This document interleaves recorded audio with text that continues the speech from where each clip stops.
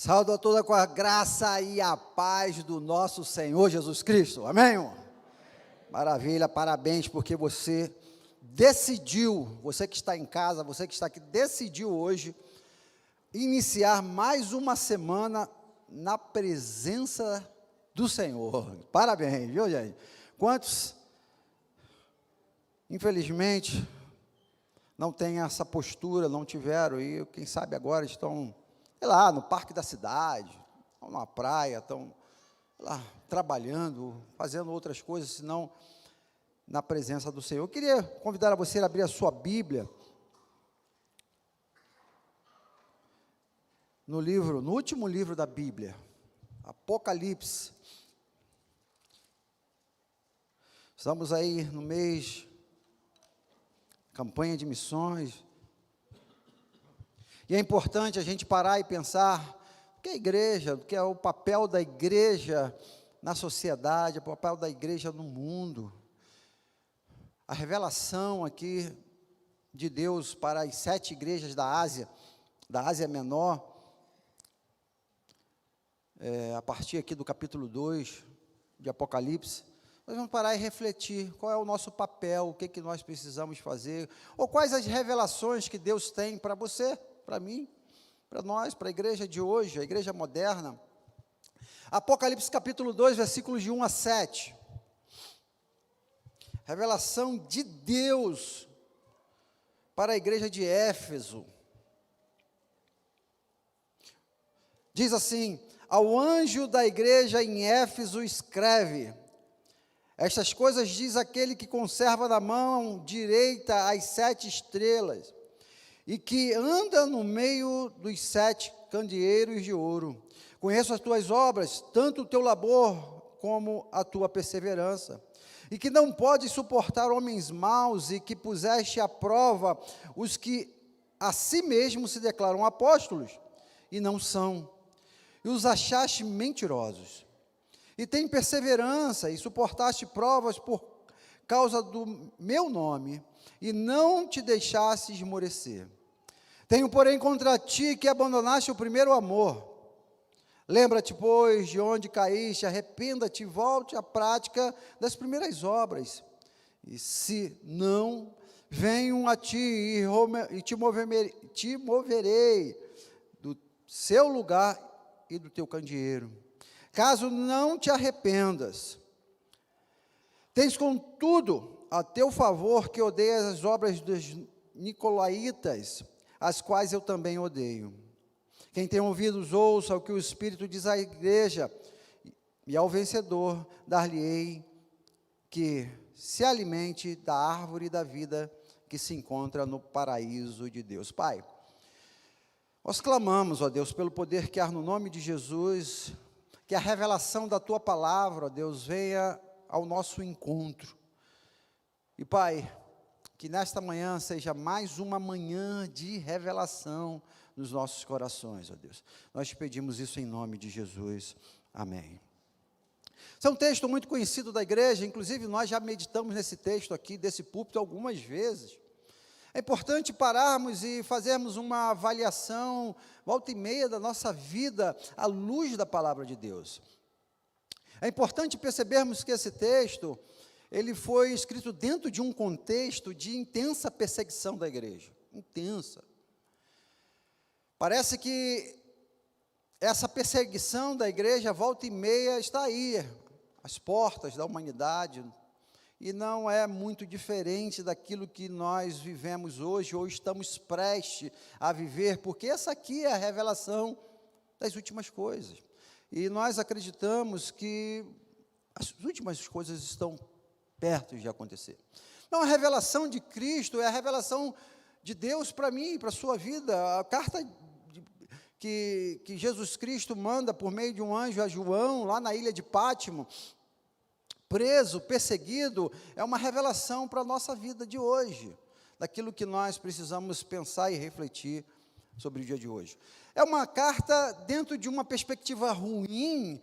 Um homem preso, um senhor já idoso, João, já com possivelmente mais de 90 anos de idade, vivendo os seus últimos tempos preso, por conta da perseguição do Evangelho. mas ainda assim é uma carta de esperança. É uma carta em que Deus escreve para as suas igrejas, as 7, com um viés motivacional, vamos botar assim. Vamos lá, gente, está difícil, está complicado, os homens, a política, não dá muito para acreditar, o governo está perseguindo a igreja, mas vamos lá, porque aquele que perseverar até o fim, vai ser honrado, vai ser recompensado, vai receber a árvore da vida. Esse texto nós acabamos de ver. Igreja, eu queria pensar com vocês aqui, rapidamente, nessa manhã, algumas características que eu e você, a igreja do Senhor Jesus Cristo, como a igreja de Éfeso, precisou, e nós precisamos hoje aqui, parar e pensar sobre a revelação de Deus, sobre a minha e sobre a sua vida. Apocalipse quer dizer revelação. Revelação é algo que está oculto nós não sabemos. E aqui a igreja de Éfeso, muito provavelmente dentro de uma província rica, era a capital da época lá do Império Romano, eles tinham um poder aquisitivo bom, quem sabe era uma igreja próspera, quem sabe um dos melhores templos da cidade, era a igreja de Éfeso, uma igreja que tinha um potencial financeiro, e por estar na capital, um potencial político, um potencial de recursos humanos, quem sabe a melhor equipe de louvor, quem sabe a melhor equipe de corpo diaconal, era um corpo de pastores muito atuantes, presentes, era uma igreja que tinha um potencial muito bom. Eu queria pensar com vocês que Jesus olha para essa igreja e percebe algumas coisas que a gente precisa parar hoje e olhar para dentro de nós mesmos e ver se realmente precisamos dessas revelações. Não está tão claro para alguns de nós, algumas coisas que acontecem, até porque acontecem no oculto, e não paramos através de uma reflexão profunda por meio da palavra, para saber o que está acontecendo de fato no meio da igreja moderna, a igreja brasileira, como aconteceu lá atrás. Quero destacar aqui 3 coisas, 3 revelações de Deus para a sua vida. 3 características que devem ter numa revelação de Deus, ou que teve aqui na igreja de Éfeso, e que pode ter na sua e na minha vida. A primeira coisa que eu queria destacar está no versículos 2 e 3, que diz: eu conheço as tuas obras, tanto o teu labor como a tua perseverança, que não podes suportar homens maus, que puseste à prova os que a si mesmo se declaram apóstolos e não são, os achaste mentirosos, tem perseveranças, suportaste as provas por causa do meu amor, do meu nome, e não deixaste esmorecer. Jesus destaca e revela para aquela igreja algumas características positivas daquela igreja. Fala assim: olha, igreja, parabéns, cara. Vocês de fato têm seguido algumas orientações que eu tenho dado ao longo da história da revelação, e vocês estão indo muito bem. Vocês têm vencido diversos aspectos positivos. Jesus olha para a minha vida e para a sua vida, a igreja moderna hoje, e consegue abstrair, tirar coisas positivas da nossa vida. Jesus, ele tem esse olhar para cada um de nós.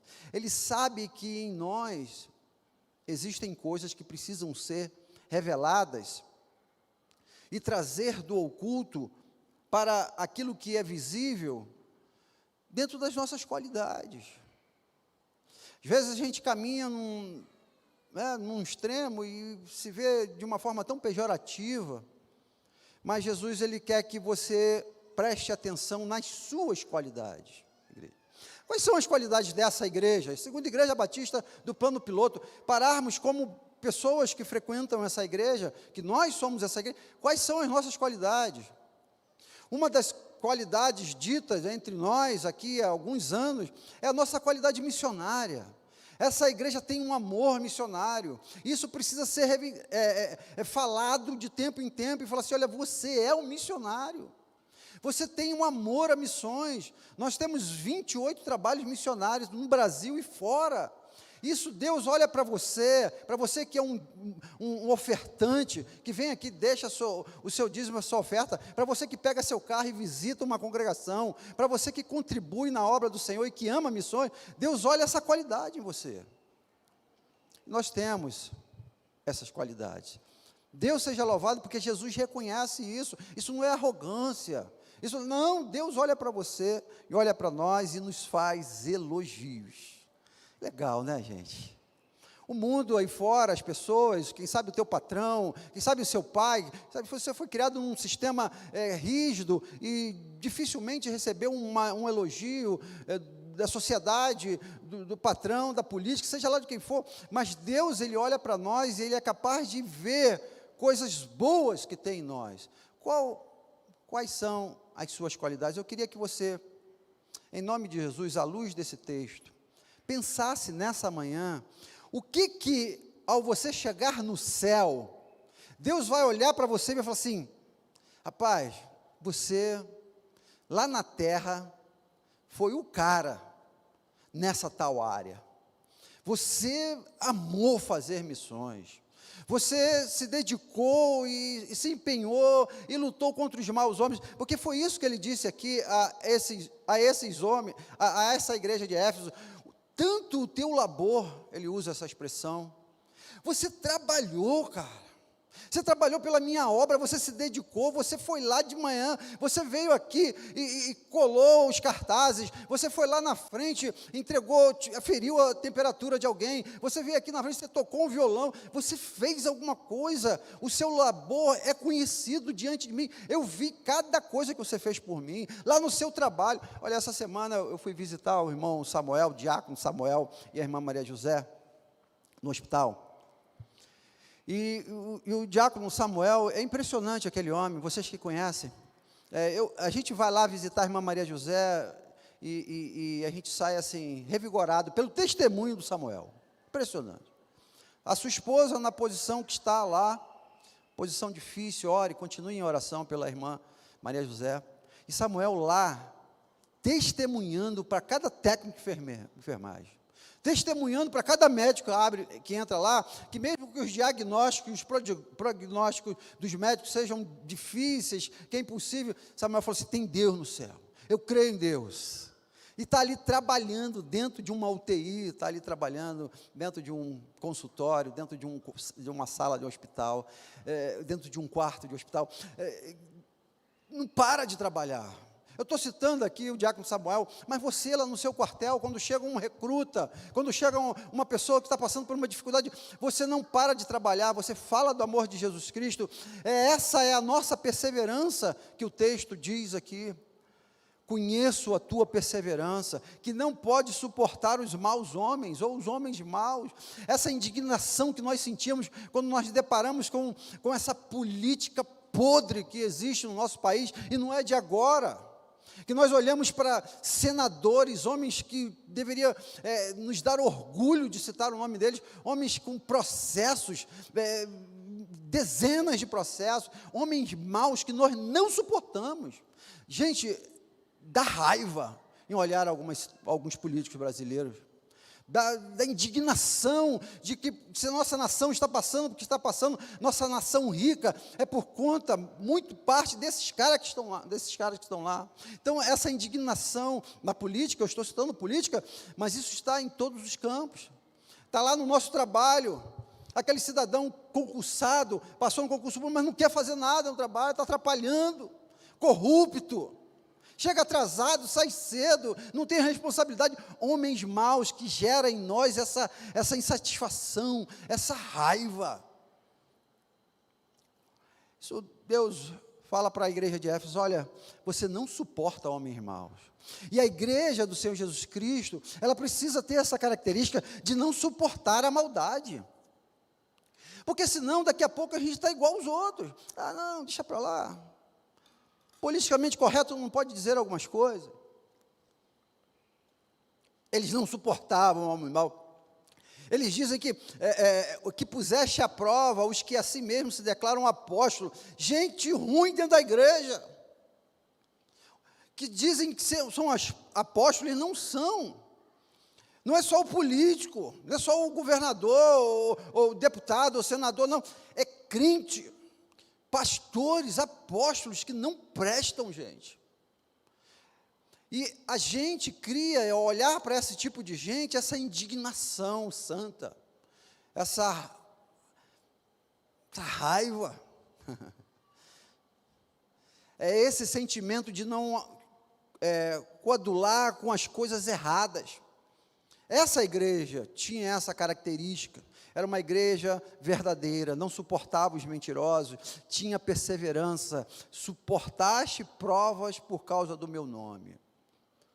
É uma igreja firme, suporta as provas, cara. Está vendo aí algumas pessoas, quando a prova vem, aguenta. É uma igreja que aguenta, gente. A luta está aí, a perseguição está aí, João está preso, o couro está comendo, a chapa está quente, como diz o jovem, ou dizia na minha época, hoje deve ser outra expressão, né? Está difícil, mas tu suportaste a prova. Querido, resiliência, determinação, perseverança, justiça, são características que essa igreja aqui tinha, e são características que Deus olha para cada um de nós e fala assim, tenha essas perseverança. Primeira coisa, a primeira reflexão que eu gostaria que você colocasse no seu coração.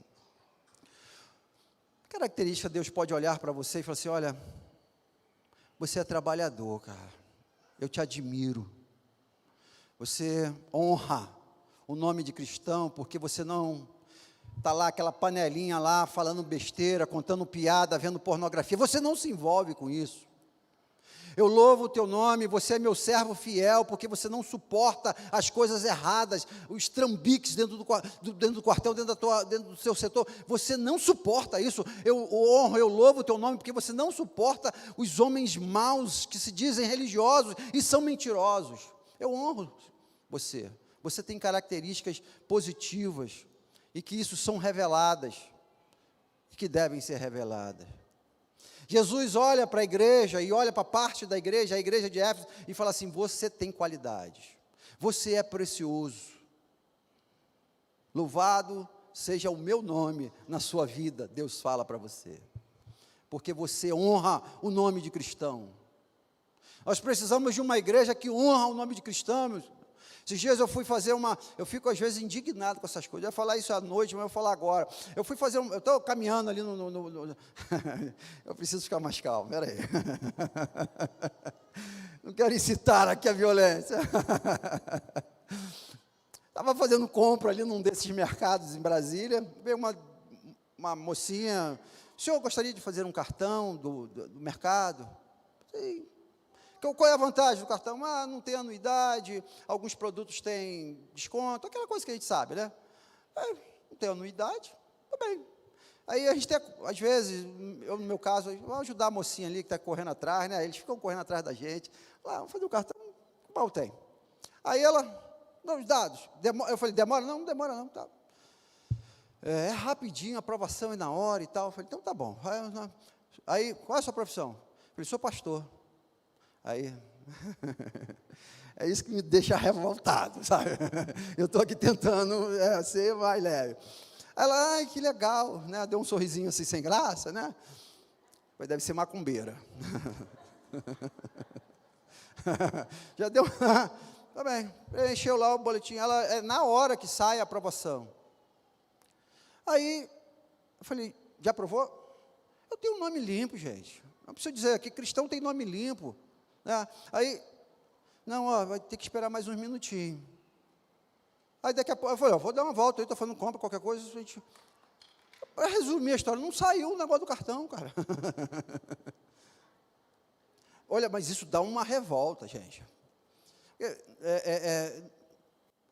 Eu juro, eu tenho um nome limpo, gente. Meu score é legal, é alto, é bom, eu não tenho esse problema. Aí depois de um tempo, eu recebi um e-mail, o seu cartão foi aprovado e tal. Eles devem ter ligado para minha mãe lá no Rio de Janeiro, para o meu ex-patrão, porque pastor. E é incrível, isso é verdade que eu estou te falando. Mas isso sabe por quê, cara? Por conta de alguns que dão mau testemunhos. que estão por aí afora.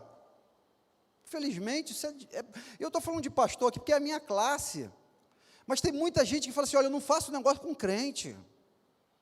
Eu sei que há uma perseguição aí, sem dúvida, tem muita gente aí que gosta de falar mal da gente, sem dúvida, mas também tem muita gente que não vale um moio de coentro, e é crente.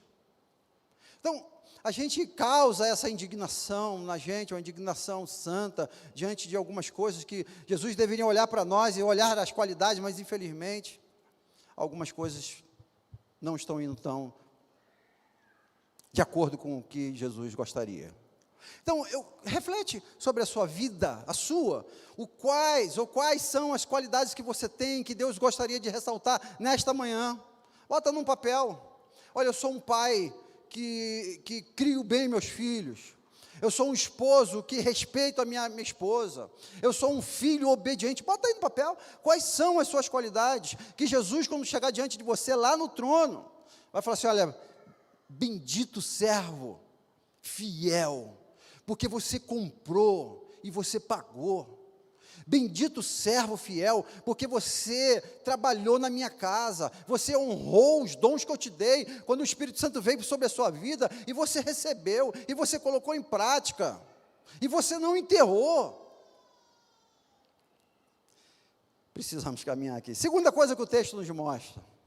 Primeira coisa são as nossas qualidades. Segunda, versículos 4 e 5, Jesus, o texto, a revelação de Cristo para aquela igreja, diz assim, tenho porém contra ti que abandonaste o primeiro amor. Eu tenho porém contra ti alguma coisa. E aqui especificamente ele vai usar, em outras igrejas ele vai usar outros problemas, mas aqui ele vai fazer essa crítica a essa igreja. E é bom a gente parar para pensar isso em missões, período de missões, porque algumas igrejas esqueceram o amor pelos excluídos. Esqueceram.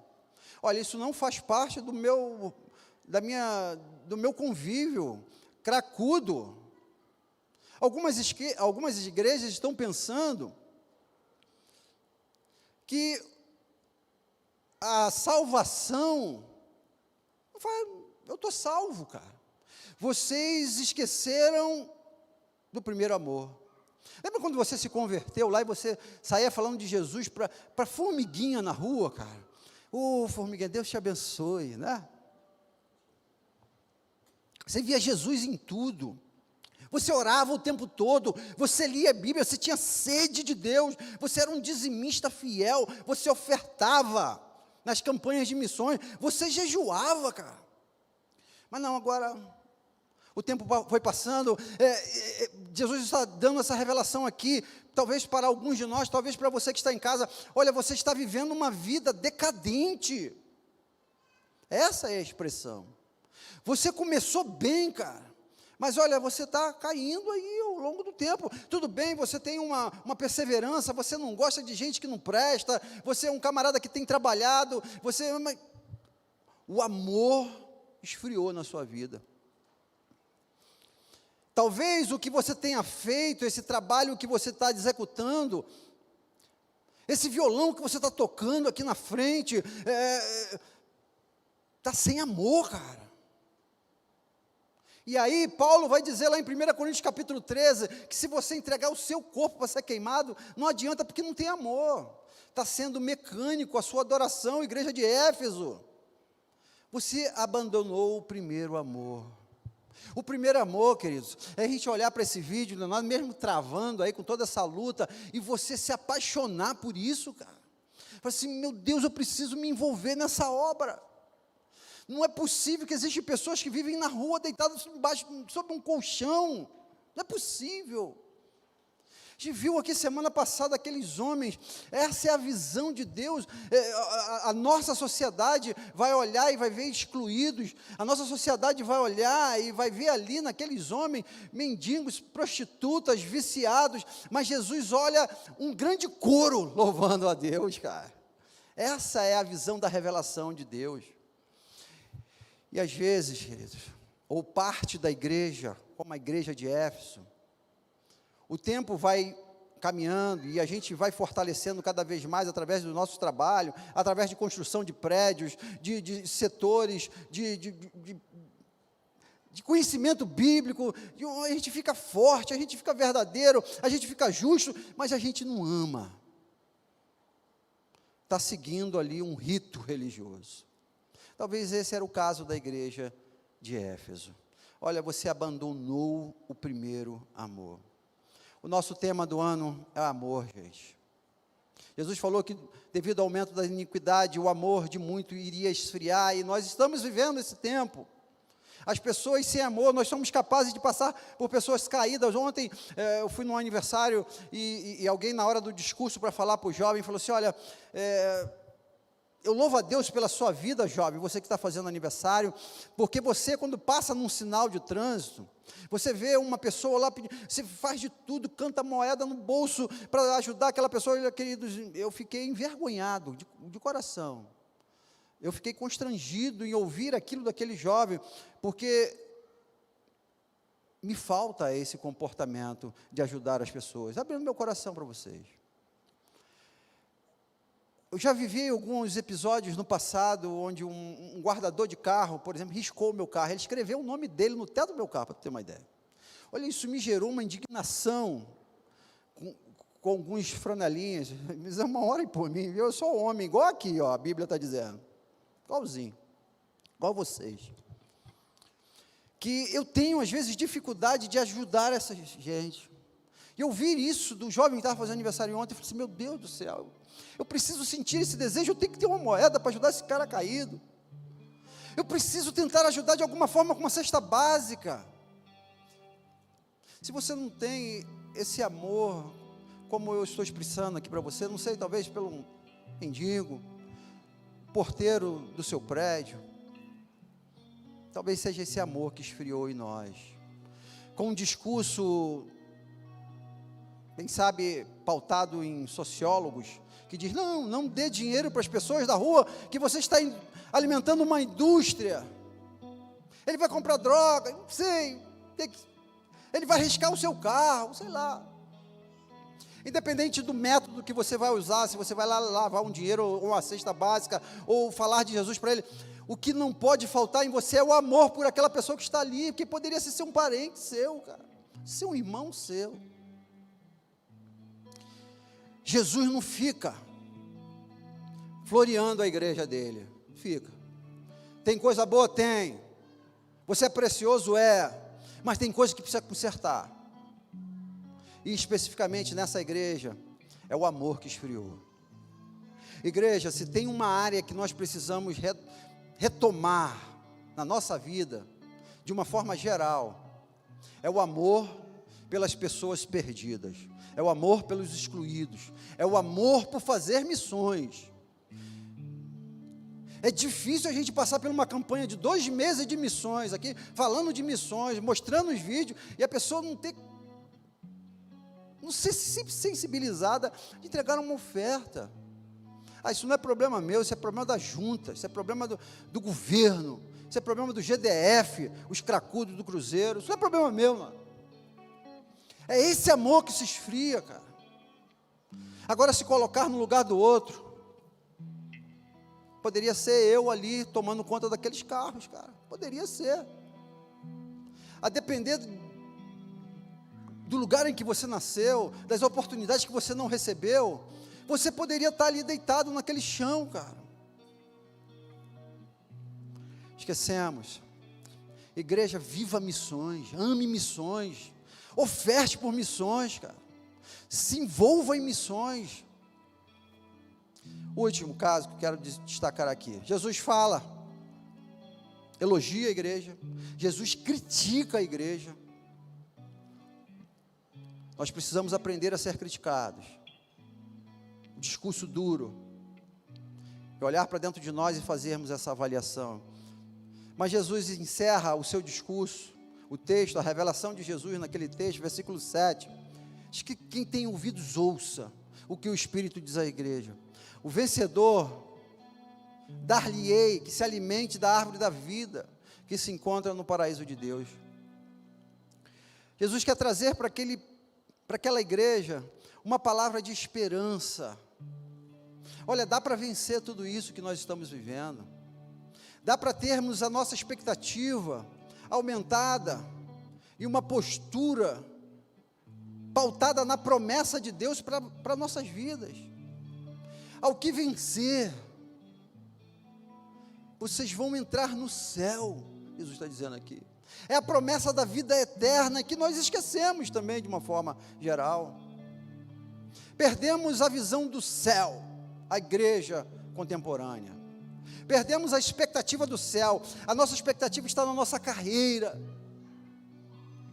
A nossa expectativa está na compra do carro do final do ano, de trocar de patente, a promoção. Jesus fala assim: olha, igreja, isso aí, vai chegar uma hora, vocês vão ver que isso não serve de nada. Vão ver que isso tudo que vocês estão se dedicando para fazer, se não tiver amor, vocês não vão chegar aonde eu quero que vocês cheguem, que é no céu, que é a vida eterna, que é o paraíso, que é aquilo que Deus tem preparado para nós, que é a nossa meta, que é o nosso foco. E nós perdemos a esperança do céu. Eu queria encerrar a nossa reflexão nessa manhã, mudando a sua perspectiva para o futuro. Onde está a sua perspectiva para o futuro?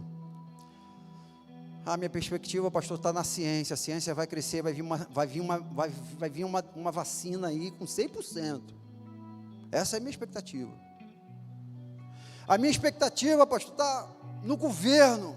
2022, vai vir um cara aí que vai governar o Brasil. A gente tem caminhado, as nossas discussões estão girando em torno disso, ou é vacina ou é Bolsonaro. Em que está a nossa esperança, gente? Em que está a nossa esperança? Sei que nós precisamos orar pelo nosso país, pelo nosso governo, pelo Bolsonaro, pela vacina, tudo isso, é claro, é óbvio. Mas a nossa esperança é o céu, cara. E por isso que nós precisamos fazer missões, por isso que nós precisamos ofertar em missões, porque a nossa esperança está lá, levar mais gente para lá possível. Não é convocar o povo para ir para a passeata bem, quer ir lá, vai, beleza, legal, cara, bacana. Mas a nossa meta é o céu. 3 perguntas que eu queria deixar para você, para refletir nessa manhã. Perguntas que vão mudar a sua vida, cara, se você colocar em prática. Vai estar gravado no YouTube, se você quiser escrever aí, rever depois. O que você precisa continuar a fazer na sua vida? Qualidades que você não pode parar, precisa continuar a fazer. O que Jesus vai olhar para você e vai falar assim: parabéns, meu servo bom e fiel. Não pare. Você já é dizimista, não pare. Você é ofertante, não pare. Você toca aqui, não pare de tocar. Coisas que você não pode parar. O que tem aí na sua vida que você não pode parar? O mundo depende disso. A igreja depende disso. Segunda coisa, à luz do texto, o que você precisa voltar a fazer? Você parou.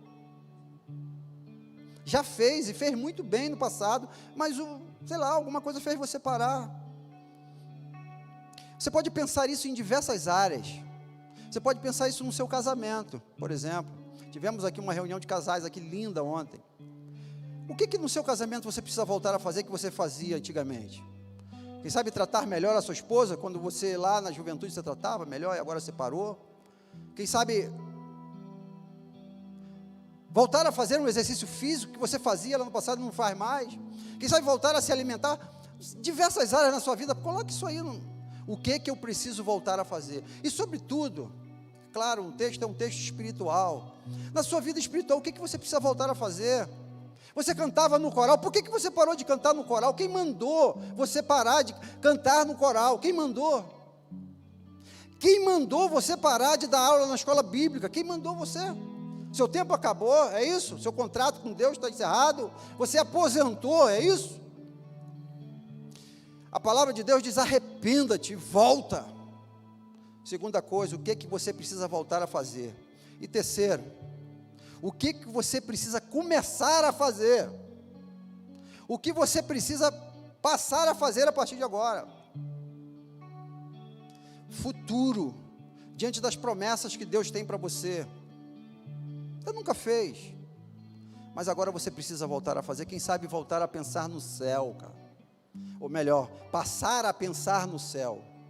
Passar a botar os seus sonhos, os projetos da sua vida com base no céu, na eternidade, e não na carreira, e não na prosperidade. O que que você precisa passar a fazer a partir de agora? Jesus diz ao vencedor: vai comigo para o céu. Primeiro, o que você precisa continuar a fazer? Segundo, o que você precisa voltar a fazer? E terceiro, o que você precisa começar a fazer? Vocês aceitam esse desafio? Essas 3 perguntas podem mudar a sua vida, cara. Bote isso no papel. Deixa eu dar aqui um testemunho. Eu tenho feito essas perguntas para mim já há mais de um mês. Botei no papel e tenho botado lá coisas que eu preciso. Eu acho que eu vou compartilhar aqui só para encerrar a nossa mensagem. Coisas que eu preciso parar de fazer. Pastor Lúcio Flávio, eu sou um péssimo motorista, péssimo, no sentido de estresse no trânsito, péssimo, e eu tenho lutado contra isso. Eu já dei esse meu testemunho aqui, que no trânsito eu acho que eu sou o Ayrton Senna, né? Para aqueles que conheceram o Ayrton Senna, outros Piquet, eu acho que está todo mundo devagar, talvez só eu aqui, né? Só eu, né? E eu botei no meu coração, falei assim: eu preciso parar com isso, porque isso gera um estresse, meu irmão. Você sai de casa estressado, vambora gente, entra no carro estressado, chega no lugar estressado e vem pregar estressado, né?